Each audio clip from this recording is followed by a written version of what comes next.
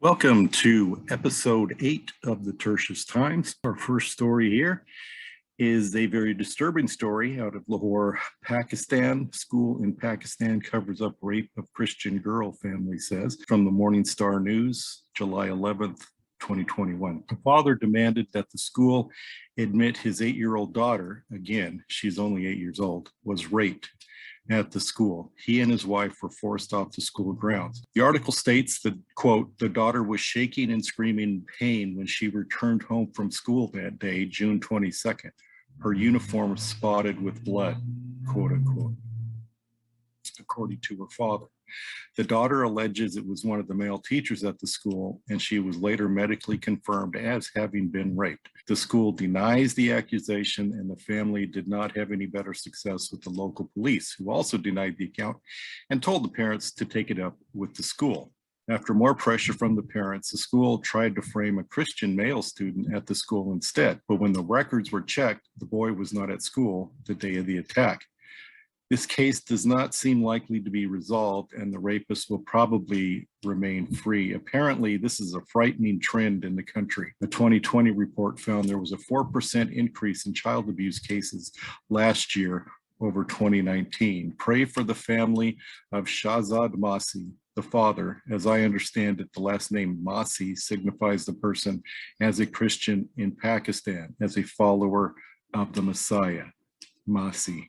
Pray particularly for their unnamed daughter. Pray for the institutional discrimination and abuse of Christians who are a small, helpless minority in the country. Pray that they may be strengthened and that the Lord will somehow touch the leaders at all levels in Pakistan so they will be open to treating all their citizens as human beings, equally made in the image of God as themselves. This next article, Programs for Children in MENA, MENA. It's from Medical Ambassadors, August 30th, 2020. This article is a brief account of some of the work Medical Ambassadors International is doing around the world. This particular story concerns a program in what is referred to as the Middle East and North African countries. The primary purpose of this program is training children and those who teach and work with children, emphasizing the notion of community and personal and neighborhood cleanliness.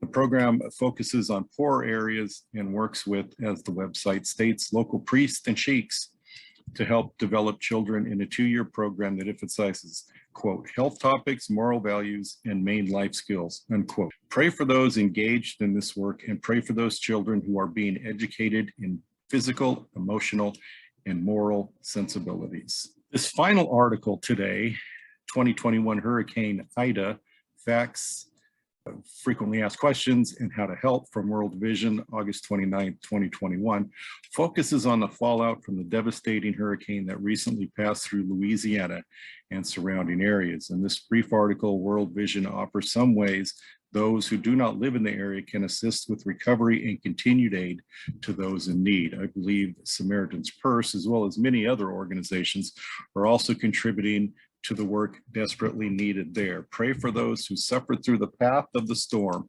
and those in the storm's path as it crawls its way up towards the northeast. Pray for all that they may be protected and provided for as this storm rages past. And also pray you may want to help in some way as you are able. All right, so those are 3 stories for today, and we will continue with our interview, Aryan and Ahmed. Now, today, part of the interview, we're going to talk with mainly Ahmad, who's going to give us a brief historical overview of the Taliban. So, Ahmad, it's all yours. All right. So where it all started, basically, like the group Taliban, it all started in Pakistan. It all started in Spot Valley. So from there, they slowly grow. People didn't take them first as a threat. People in the government didn't take them as a threat. They just let it be themselves for a while in Pakistan. Can I jump in? I'm sorry, Ahmad. What do you think the appeal was? Why did people join? Oh, it was because at first they had benefits, like for a lot of some people, they didn't have job, nor they had education or anything. And then that's what they said, like, yo, like, we can provide for you, we can help you, but you gotta stand with us. They will get funded by the government. Okay, Yeah. So at first nobody took them seriously. right. And then slowly, what do you call it? And then slowly, when they start to killing people, massacring people, the government took a note of that, and then they started in a war, and they started an outlawed war against the Taliban. And then, of course, the government won because they had heavy artillery support and many Right, other right. kind of. Because the Taliban, they only had probably like AK-47 or RPG. That's mainly what they had, or LMG, or yeah, and then so, it's still deadly weapon, but like not as the deadly as the government had, like helicopter or right. something. So yeah, so that's where it started. Then slowly they fade away to Afghanistan. They came to Afghanistan, and then no, they got destroyed, completely destroyed in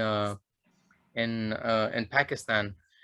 So from what I think for a lot of people are saying is that the Pakistan government, they're paying them to go to Afghanistan, supporting them going to Afghanistan to start a civil war in it, or to corrupt the country or something, Right. taking over it. Because that's why most of the people, Taliban, like 50%, they're all Pakistanis. Like, because if they said videos, there's Afghan soldiers, they capture a few of them and they ask them, where are you from? And they're like, I'm from Pakistan, I'm from this. Like most of them, they said they're from Pakistan. So then people started to take note of that, and said that, oh, they're from Pakistan, like, why is Right, Pakistan right. doing I would say like some of them, or they don't even know like the basic religion? religions. Like for example, Like, if they ask him a questions about like saying what are the 4 books of Islam, they don't know, like are they, or yeah, there's yeah. also uh So just basic stuff. it's They called like kalima, like for example. like, if you want to convert to Islam, you have to say kalima for you in order to Yeah, and convert to they Islam. they don't even know And that they don't even know. So Oh, that's what really? yeah, when they're Yeah, asking because that's an incredibly basic thing. from yeah, what I because remember. because of that, like, that's why they took, like, refuge in Afghanistan. In some, Ah, okay. most of the people, they did not have knowledge. So like the environment that the Taliban, they grew up, the stronghold, people didn't have, people had knowledge, but like, but their idea was strong, like their pressure was strong on the environment that people live there. So that's why they put their idea of Islam to the heads, force it on them. And then that's why people, they started joining like, not joining the cause of Taliban. and that's how they expand. How They say they slowly expand. slowly All right. expand. People started joining them. Oh yeah. Thank you. Thank you. That was very informative. And then, of course, they took over in 96, correct?